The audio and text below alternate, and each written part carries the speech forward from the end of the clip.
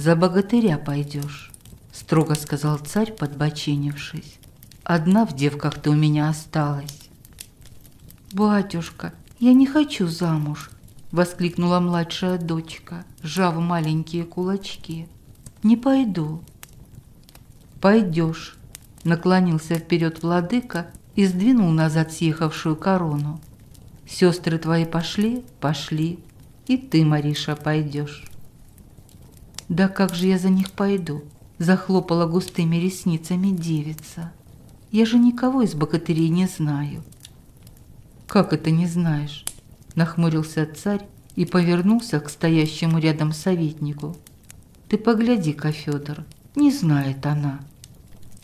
Батюшка, я их только так вижу иногда, и все, тише проговорила Мариша. А человека узнать сначала надо. Ну вот выйдешь замуж и узнаешь, кивнул владыка. У тебя много времени будет. Но, батюшка, протянула царевна. Нет, Мариша, строго сказал он. Старшая твоя сестра Василиса Прекрасная замуж за заморского царя вышла, и счастлива. Уже и ребеночек у них появился. Средние твои сестры, Елена Премудрая с князем своим, даже несколько земель объединили, и счастлива. Марья Искусница с купцом счастлива, счастлива.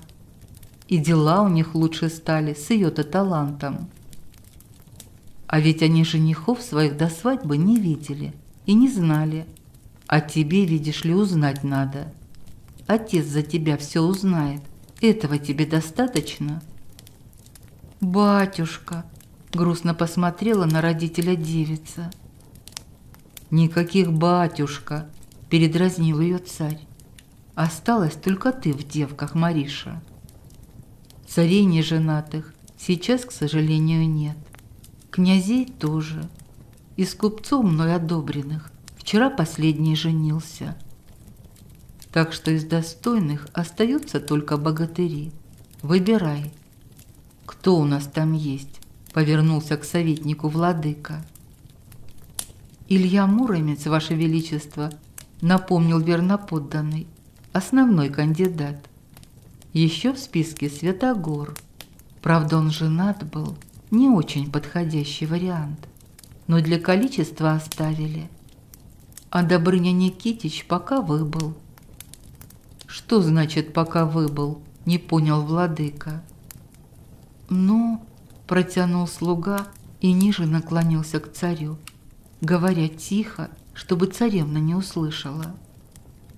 Последняя чуть подалась вперед и повернула голову в надежде узнать подробности.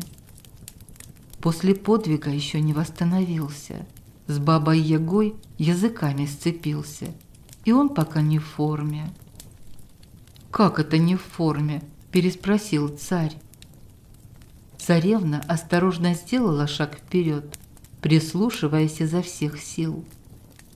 Голова у него болит, глаза в кучку и речь несвязная, описал состояние богатыря советник. С бабой Ягой переговоры еще ведем, чтобы расколдовала. Протянул понимающий государь и снова посмотрел на дочь. Мариша. Царевна непонимающе похлопала ресницами. Хотел бы, чтобы я не услышала. Говорил бы потише, подумала она.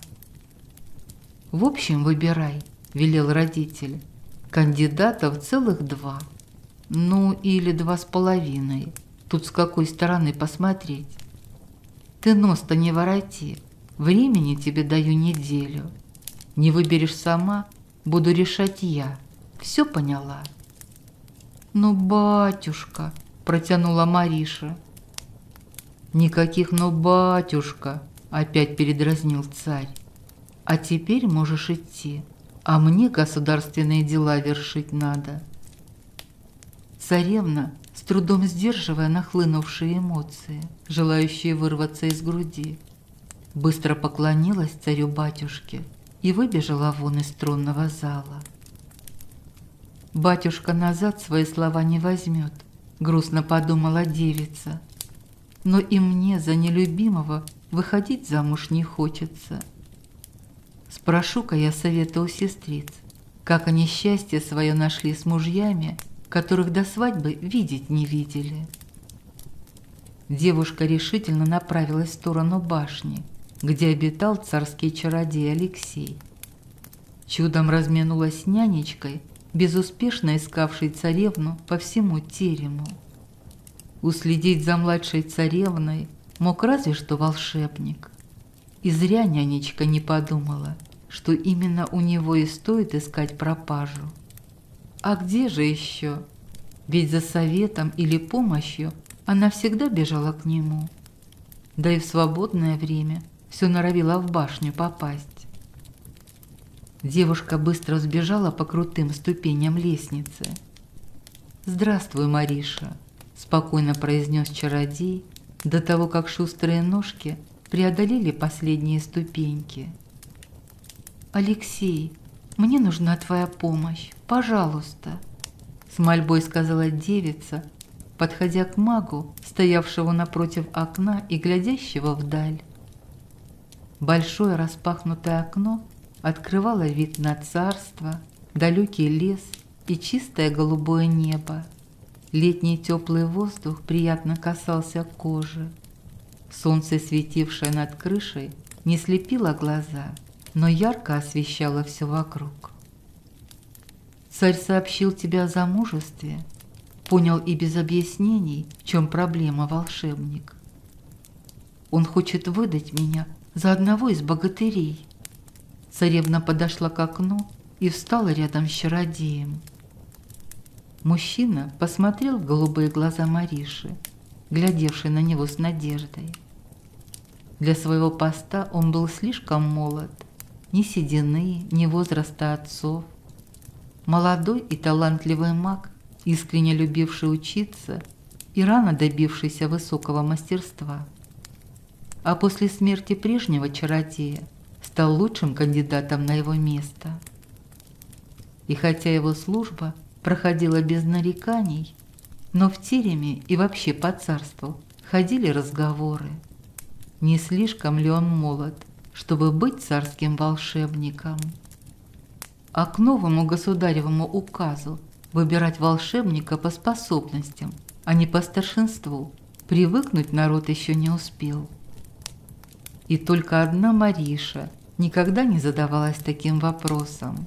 Она смотрела на него с доверием, еще с тех пор, когда он был простым учеником. «Так ты не хочешь за богатыря?» – спросил Алексей. «Не хочу», – нахмурилась царская дочка и посмотрела вдаль, в сторону зеленого леса, растущего по холмам, словно волны на воде. «А чего же ты хочешь?» – задал вопрос чародей.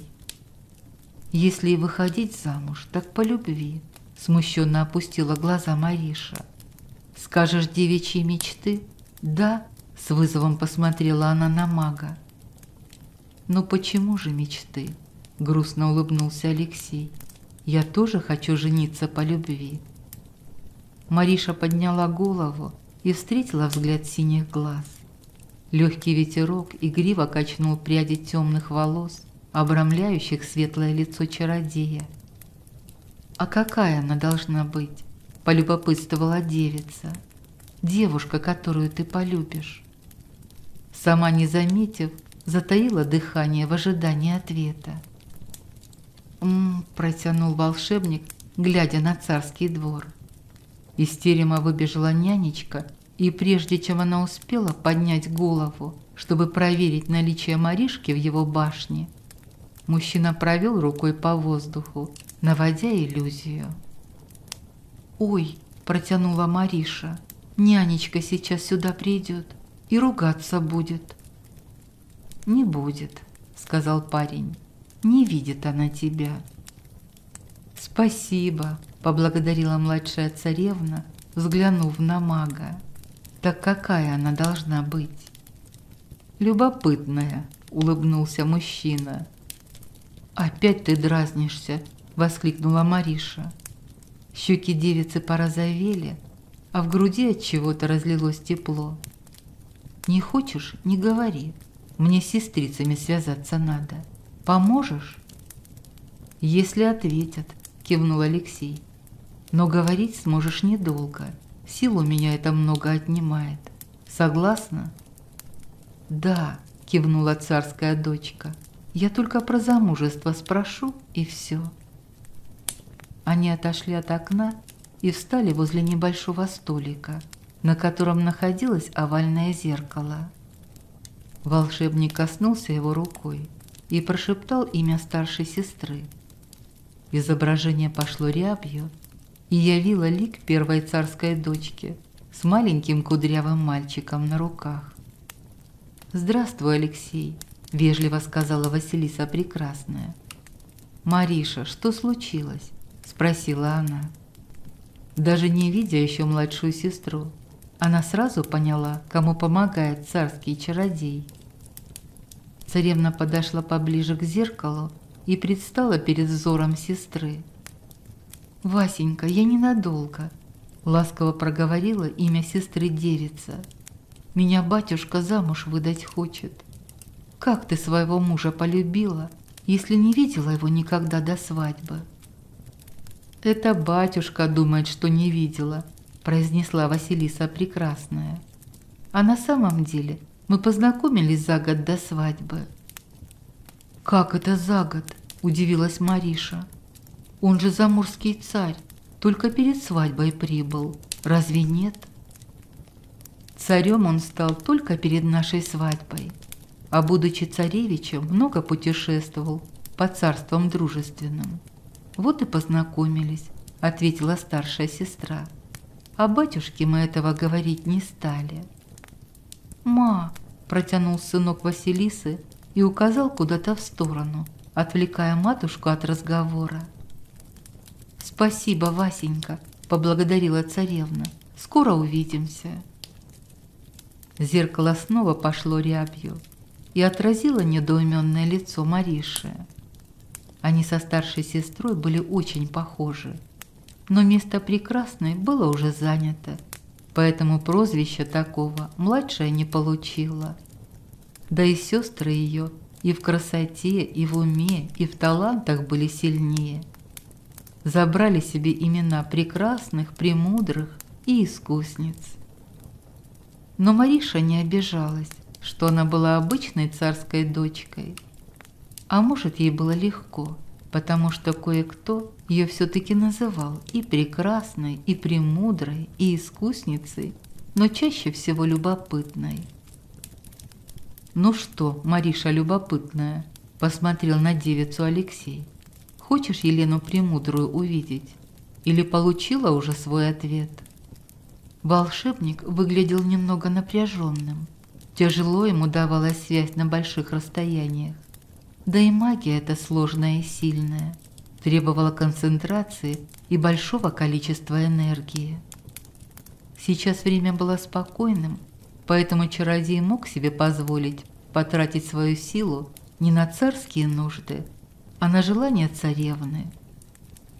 «Да, хочу», — кивнула младшая дочка царя, и вновь зеркало пошло рябью. Елена Премудрая ответила не сразу, но ее довольное лицо все же отразилось на волшебной поверхности. «Мариша, как я рада тебя видеть!» — воскликнула княгиня. «У меня, правда, времени немного. Говори скорее, что ты хотела». «Леночка, скажи мне, как ты князя своего полюбила?» — спросила девица, решив не тратить время на приветствие. «Ты ведь впервые увидела его на свадьбе». «Впервые мы встретились, когда отец брал меня с собой, перед соседями хвастаться», — сказала с улыбкой Премудрая. «Ванюша мой тогда еще только княжичем был, вот батюшка на него и не обратил внимания. А потом мы много обменивались письмами, и приезжал Ванечка в гости. Года 2 мы до свадьбы тайно встречались». Лицо Мариши погрустнело. Первая сестра, вторая сестра обе знали мужей своих будущих до свадьбы, и полюбили их тоже до свадьбы.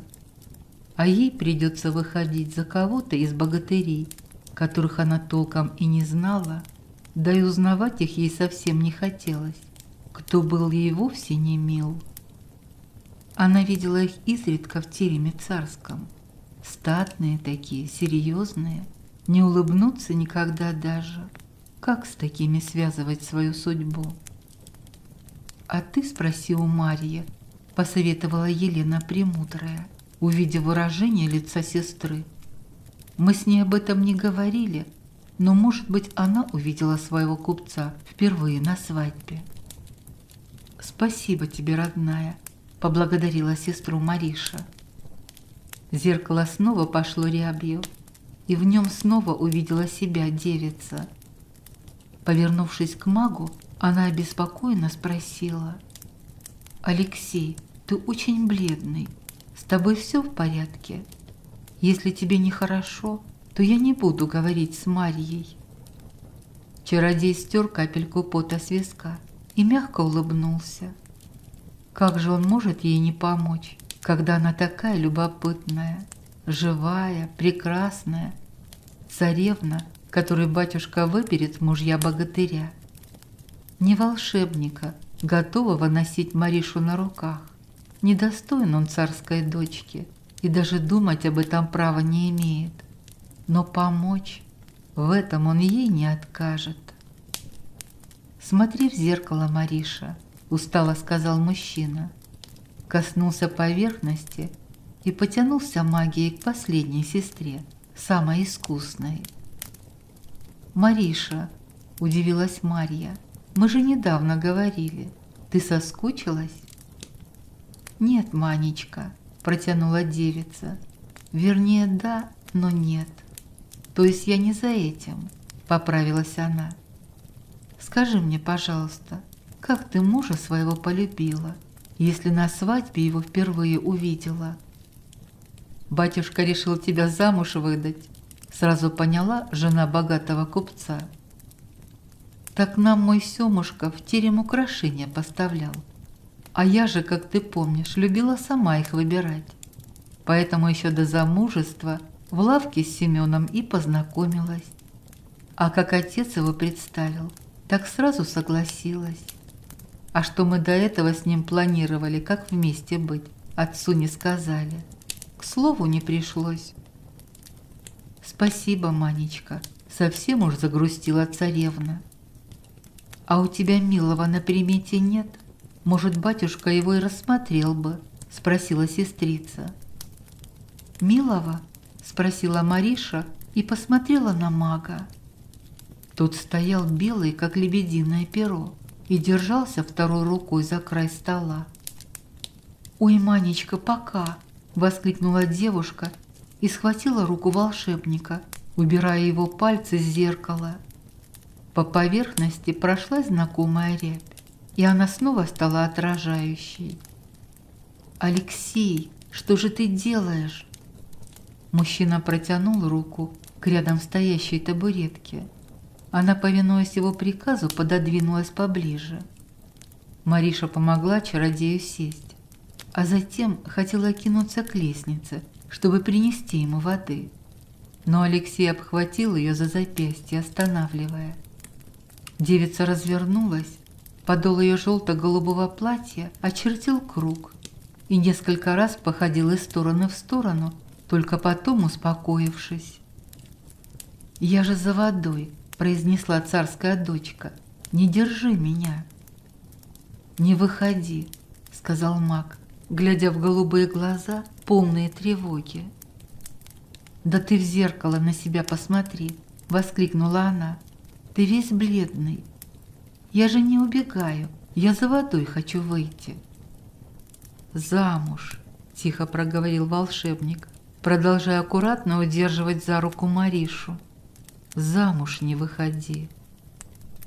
Сердце младшей царевны, которое всегда билось рядом с магом быстрее, застучало еще шибче.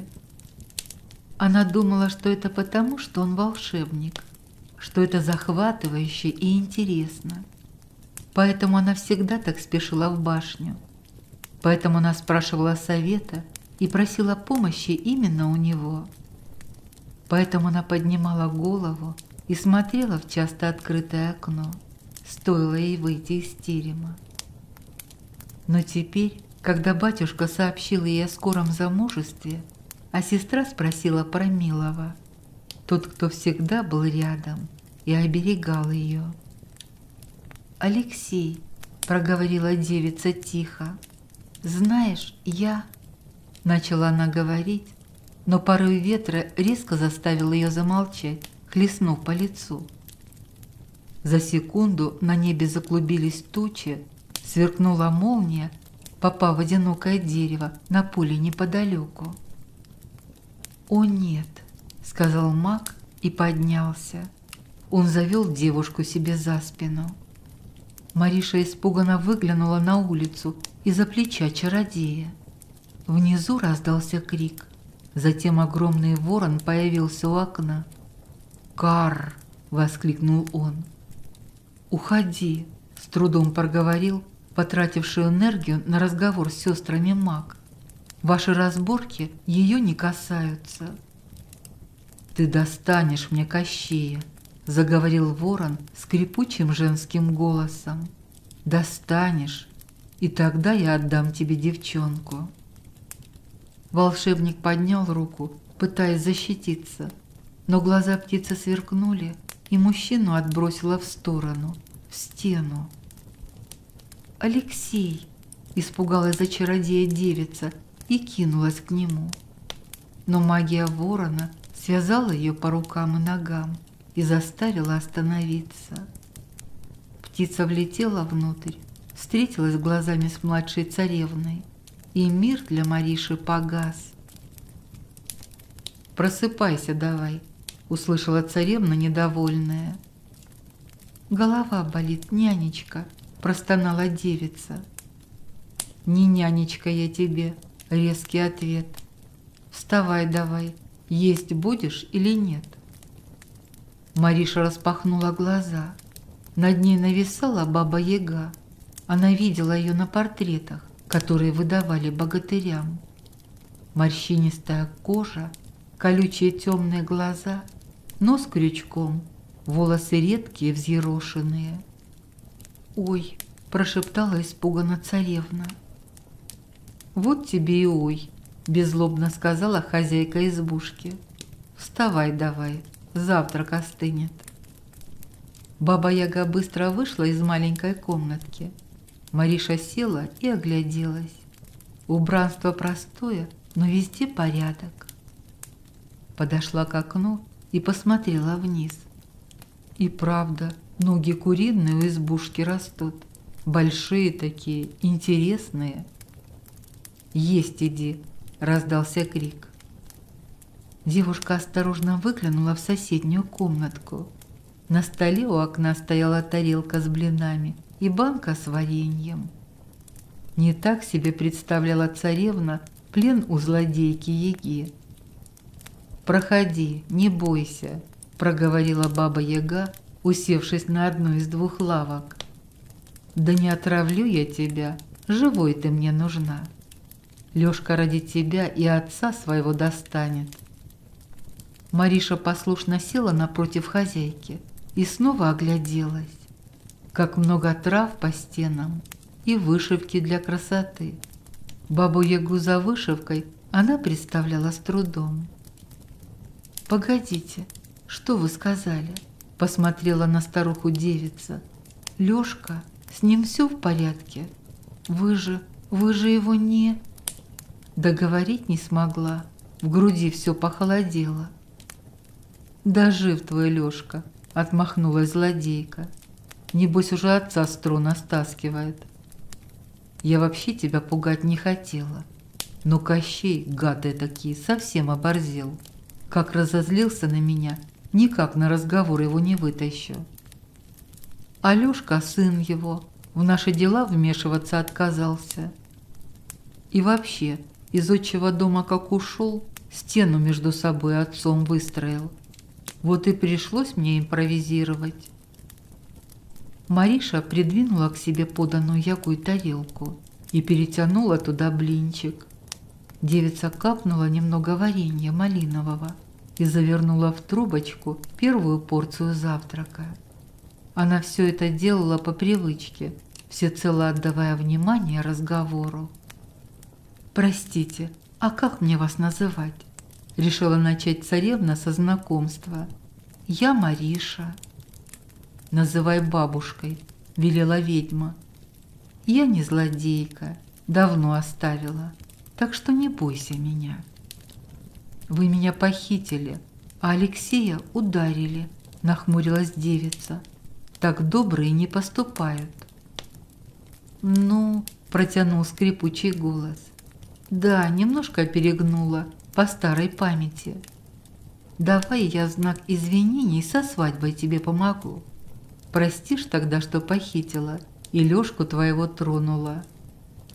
«Лёша, вернее Алексей, он не мой». Щеки Мариши покраснели. «Ой, да ладно, мы с Кощеем давно за вами наблюдаем», — отмахнулась яга. «Неужто сама не поняла, что влюбилась?» Опустив взгляд на блинчик, царская дочка задумалась. Ей даже представлять, будто маг может стать ее мужем, было очень странно. Лицо сразу начинало пылать, губы стремились растянуться в улыбке, пальцы чуть дрожали, а сердце стучало быстрее. Наверное, потому, что она его хорошо знала, так подумала Мариша. «Да это просто мы знаем друг друга уже несколько лет», озвучила свои мысли царевна. «Разве не так? А любовь, она резко возникает, и ты сразу все понимаешь». «Это кто тебе такие сказки рассказывал?» Поднялись в удивлении густые брови хозяйки избушки. «Нянечка», — сказала, как увижу мужа своего на свадьбе. «Так сразу и...» «Вот», — ответила Мариша. «Ну», — протянула ведьма, — «это, конечно, интересное видение, но любовь ведь по-разному начинается. Когда с первого взгляда, а когда зарождается постепенно. Если она рядом совсем, можешь понять не сразу. Вдруг спросят тебя, есть ли милый кто на примете, и сразу лицо его возникает. Гонишь от себя эти мысли, а потом в гуще народа его выискиваешь. И разлучаться надолго не хочется, спешишь увидеться. Не узнаешь ли себя, Мариша?» Царская дочка даже блинчик опустила. Ее плечи чуть поникли, она во все глаза смотрела на ягу. И правда ведьма, не могла же она угадать. С помощью магии узнала, наверное, подумала Мариша. Отведя взгляд в окошко, где пробивались солнечные лучи через ветви деревьев, девица задумалась. Вспомнила, как спросила ее Марья про милого. И посмотрела Мариша тогда на чародея. Всплыло в памяти, как искала она его на общих собраниях, да в городе. Вдруг встретится. Как спешила к нему в башню, наскоро закончив требуемую нянечкой вышивку. Как сердце застучало, когда он попросил ее не выходить замуж. Она и не хотела выходить, если только это будет не он. «Так что давай так», — сказала баба-яга, когда Мариша снова посмотрела на нее. «Ты же на меня зла не держишь? Лёшке своему об этом так и скажешь, что я тебя как гостью дорогую привечала, а я вам со свадьбой помогу.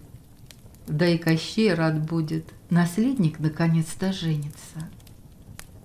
«Погодите», — произнесла младшая царская дочка. «Наследник? Вы говорите, что Алексей сын Кощея? Но он же давно у нас живет. Я думала, родители его из дальних деревень». «Нет, не деревенский он», — отмахнулась ведьма. «Кощеев. С отцом поссорились. Оба в отношении друг друга упертые такие. Вот и ушел из дома, когда еще только-только способности магические проявились. Кощей за ним приглядывал, помогал, но тайно. В открытую мириться ни в какую не хочет, как я не уговаривала. Может, и хорошо, что мы с Кощеем тоже поссорились. Встретятся отец и сын, помирятся, надеюсь. Но он мне ничего такого не рассказывал, расстроенно проговорила Мариша. А что бы ты на это сказала? Да и сама ни о чем не спрашивала. Баба-Яга потянулась к полке, и оттуда прилетела прямо под руку царевны кружка с отваром. Поставила вот остудить, чуть не забыла. Холодильная полка у меня там, очень удобно. Спасибо, поблагодарила девица. Действительно не спрашивала. Батюшка сказал, что он наш, я и поверила. Так со свадьбой тебе помочь? Заулыбалась хозяйка избушки. А я же не знаю, хочет ли этого Алексей. Опять покраснела Мариша. Я тебе сейчас про один способ расскажу, а решишь сама, делать или нет, сказала Баба-Яга. А то ждать еще, пока вы с ним разберетесь. Мне уже, может, и не до того будет. Но если способ хороший, тогда я буду вам очень благодарна. Укрепился на щеках царевны румянец. Как Кощей с сынком явится, отправишься с младшеньким домой. Батюшке скажешь, что спас тебя от верной смерти царский чародей, а не богатыри. Вот за него ты замуж и выйдешь, проговорила ведьма. Отказать царь не сможет. А что до Кощея в сватах, они там уже на своем уровне разберутся.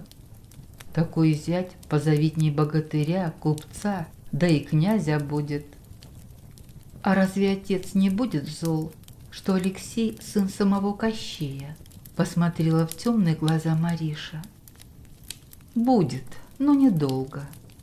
Советник его в курсе, чей это сын, а отец твой на него обязанность по выборам волшебника возложил. Так что не придерешься, пожала плечами Яга. А как же магическая клятва верности, которую царский чародей дает, должность принимая? Спросила царевна. Да снимут ее с Алексея, как только с поста уйдет, махнула рукой бабушка. А Кощей, он правда не против будет? Продолжила задавать вопросы Мариша. Согласен он, воскликнула ведьма, согласнее некуда. А вы откуда знаете? Поинтересовалась девица. Да он сам и сказал, сам. Голос колдуньи стал громче. Все? А? Не поняла внезапного вопроса младшая дочка. Что все? Все, говорю, вопросы закончились, блины уже почти остыли, указала Яга на завтрак. И правда любопытная, не зря тебя так Лёшка называет, хотя ты для него и прекрасная, и премудрая, и искусница. Повезло же тебе с женихом. Он мне еще не жених, зарделась Мариша, но решила все-таки приступить к еде. Если появятся новые вопросы, их можно задать и потом, а подкрепиться с утра – дело нужное. «Какая у вас красивая избушка», – сказала Мариша, когда они вместе с Егой вышли из домика прогуляться. «Да», – довольно протянула бабушка, – «правда, она у меня немного глуховатая стала», – вздохнула ведьма. «Надо бы магией побольше напитать. Да сила у меня уже не та. Нужна молодая энергия». «Она слышит?» – удивилась царевна. «Конечно», – ответила Яга, – «только говори погромче». «Красивая какая избушка», – повысила тон девица. Жилище встрепенулось и мелко завибрировало. «Это она у баюна научилась», – довольно сказала хозяйка. «Мурлычет, как кошечка. И вообще, ты бы и коту моему понравилась, но его Кощей забрал». «Жаль, я бы хотела его увидеть», – ответила Мариша. «Бабушка, а что у вас случилось с Добрыней Никитичем?» Я слышал, он после вашей встречи заколдованным вернулся». «Ты про богатыря, что ли?» — задала риторический вопрос ведьма. Да разозлил он меня, поганец. Явился и говорит, чтобы я ему соловья-разбойника выдала. А я с соловьем давно уже не общаюсь. А Никитич все не отстает и надоедает мне своими: «Расскажи, Ега, да расскажи». «А можно его расколдовать?» — спросила царская дочка. «Жалко все-таки, он приказ батюшки выполнял». «Ладно, дам тебе зелье с собой, пусть выпьет, пройдет через денек-другой», — отмахнулась Яга. «А теперь пойдем немного прогуляемся. Я проверю владения свои, а ты про Лёшку своего послушаешь.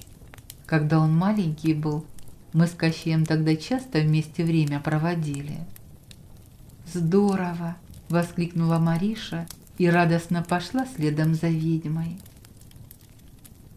Прошло 3 дня с тех пор, как Баба-Яга похитила царевну.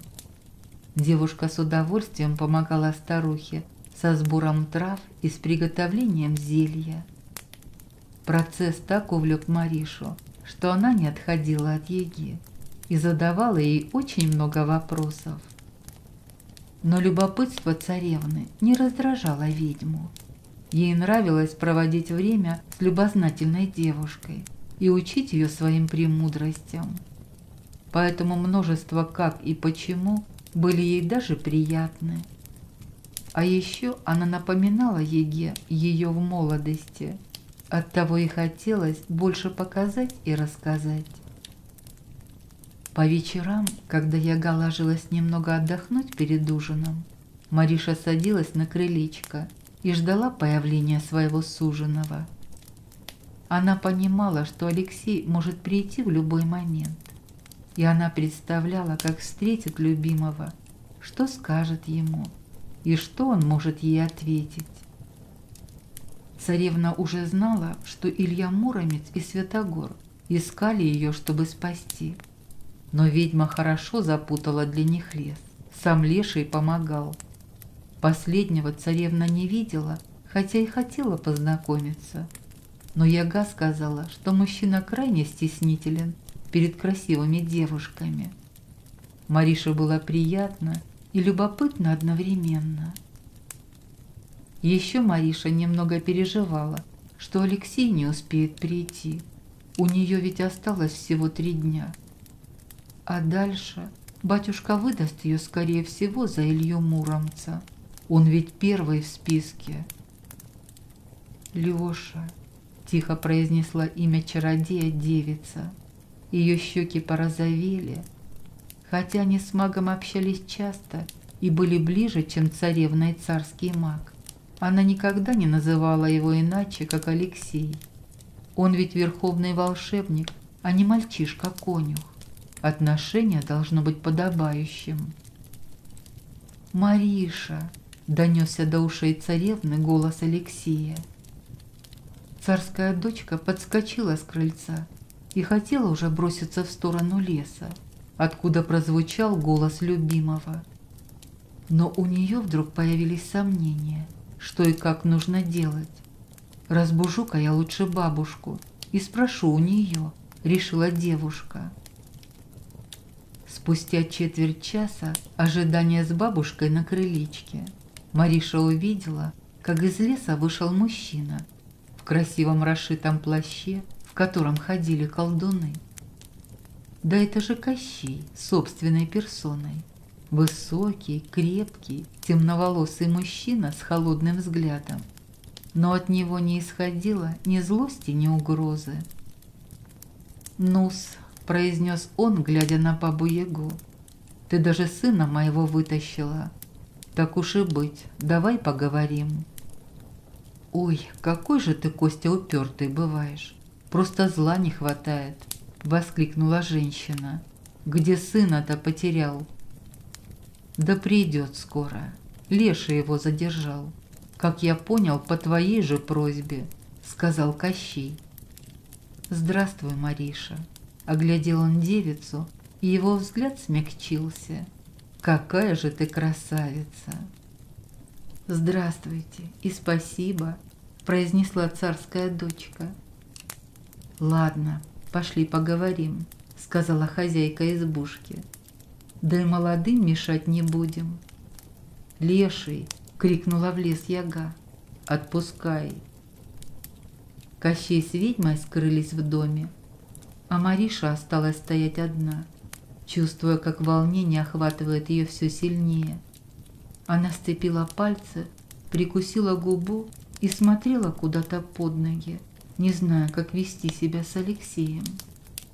Он же как посмотрит на нее, так сразу все и поймет, ведь уже давно ее знает. «Мариша!» – раздался голос чародея. Парень подбежал к царевне и притянул ее к себе, крепко прижав к груди. Девица услышала, как сердце его стучит быстро-быстро. И было так хорошо и так тепло в его объятиях. И вдруг неважно стало, поймет или не поймет. Главное, что он пришел за ней. «Не отпущу тебя больше никогда», — сказал чародей. «И замуж ты не выйдешь за богатыря».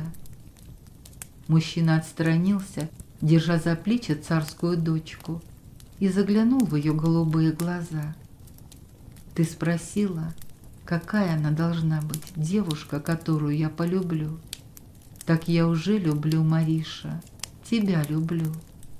А царя мы как-нибудь уговорим, только выходи за меня замуж».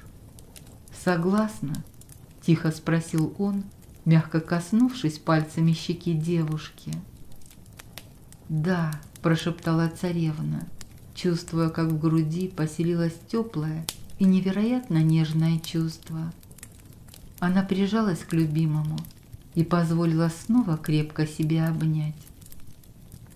«Ну вот, я же говорила», — раздался сзади скрипучий голос. «А ты заладил. Глупая идея, глупая идея. И Лёшка твой якобы не поверит, что мы поссорились».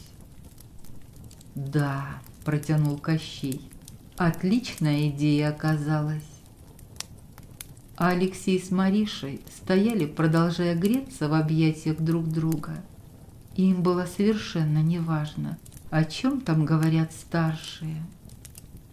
«Только это», — повернулась к Кощею Яга, — «пусть твой сын мою избушку напитает, а то она совсем глухая стала. Я уже охрипла ей орать». «Но это попозже. Они так еще долго стоять будут», — ответил мужчина, улыбаясь. «Пойдем обратно в дом. Ты говорила, что нашла те травы для чая, о которых я упоминал в прошлый раз». «А, да, Мариша помогла. Идем почаевничаем». «Доченька, кровинушка ты моя», — расставил руки батюшка, когда Мариша зашла в тронный зал. «Дома, наконец-то!» Царевна кинулась в объятия к отцу. Хоть и строг он частенько бывал, но дочек своих искренне любил, и Мариша знала об этом. «Как ты, родная?» — спросил он, когда девица отстранилась. «Спасибо тебе, Алексей», — перевел он взгляд на мага. «Даже богатыри не справились, а ты смог». «Батюшка», — отстранилась царевна и подошла поближе к магу. «Ты сказал, что я выйду замуж за достойного, за богатыря, но даже богатыри не смогли меня спасти, а Алексей смог, так что я его выбираю в мужья». «А, не понял государь. Мариша, Алексей, вы что?» «Да, государь», — твердо произнес волшебник, — «я смею просить у вас руки вашей дочери». «Вот это новость!» Обладатель короны растерянно посмотрел на чародея. «Ты, конечно, достойный, и дочь мою спас. Ну что ж, я согласен. Надо послать в деревню за твоими родителями, познакомиться же с ними нужно». «Ваше Величество, поправочка», — сказал стоявший неподалеку советник. «Его родители не из деревни». «Как не из деревни?» Царь удивленно посмотрел на своего верного слугу. «Вы перепутали его с другим кандидатом, Ваше Величество, и сказали, что вам не важна родословная, если колдун принес клятву», — мягко проговорил советник. «Я еще тогда пытался вам сказать». «Что сказать?» Государь обвел взглядом всех участников разговора и опять остановился на советнике. «Кто его отец?»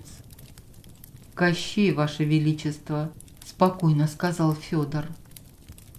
Алексей успел магией подвинуть к царю стул раньше, чем он в шоке осел на пол. Мариша подбежала ближе и стала письмом от старшего чародея обмахивать батюшку. «А это что?» — все еще пребывая в крайнем удивлении, указал на письмо владыка. «Это тебе письмо, батюшка, от Кощея Бессмертного», — подала отцу конверт царевна. Царь дрожащими руками распечатал конверт и пробежался глазами по аккуратно написанным строчкам. Алексей с Маришей тревожно переглянулись и стали ждать. К концу чтения лицо государя просветлело, и появилась улыбка. Пара облегченно выдохнула. «Ну что ж, Алексей, сын самого Кощея Бессмертного», — посмотрел на мужчину государь, — «снимаю я тебя с поста царского чародея. Правда, дней через 5, когда Федор тебе замену найдет», — строго посмотрел он на советника. «Конечно, Ваше Величество», — с готовностью ответил слуга. «Тогда решено. Еще 5 дней ты побудешь царским волшебником», — поднялся со стула царь. «А дальше начнем к свадьбе готовиться». Алексей и Мариша повернулись друг к другу, и на их лицах заиграли счастливые улыбки. Спустя месяц сыграли пышную веселую свадьбу. Кощей присутствовал на ней лично со своей свитой. Приехали и сестры с мужьями, счастливые и прекрасные. Мариша пригласила Бабу-Ягу и Лешего. Последний стеснительно отказался, но подарок прислал. А ведьма оставила свою окрепшую от молодой энергии избушку и прилетела в наряженной ступе. Добрыня Никитич перед бабушкой извинился и поблагодарил ее за волшебное зелье. Гостей было много, но Алексей и Мариша смотрели только друг на друга, ведь это был их день, день, когда они стали настоящей семьей. Стоило свадебной карете умчаться вдаль, отправив молодоженов в сказочное путешествие. Царь довольно посмотрел на советника и сказал: «Я самый счастливый человек на свете, и не потому, что у меня есть царство, а потому что мои драгоценные дочки вышли замуж по любви. И пусть они думают, что я не в курсе их историй. Главное, что они любят и любимы.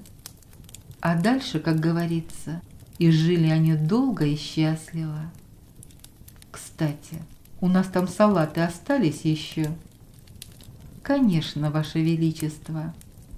«Отлично. Тогда идем, мой добрый друг.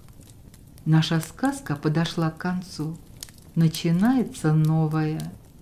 Но ведь это уже совсем другая история».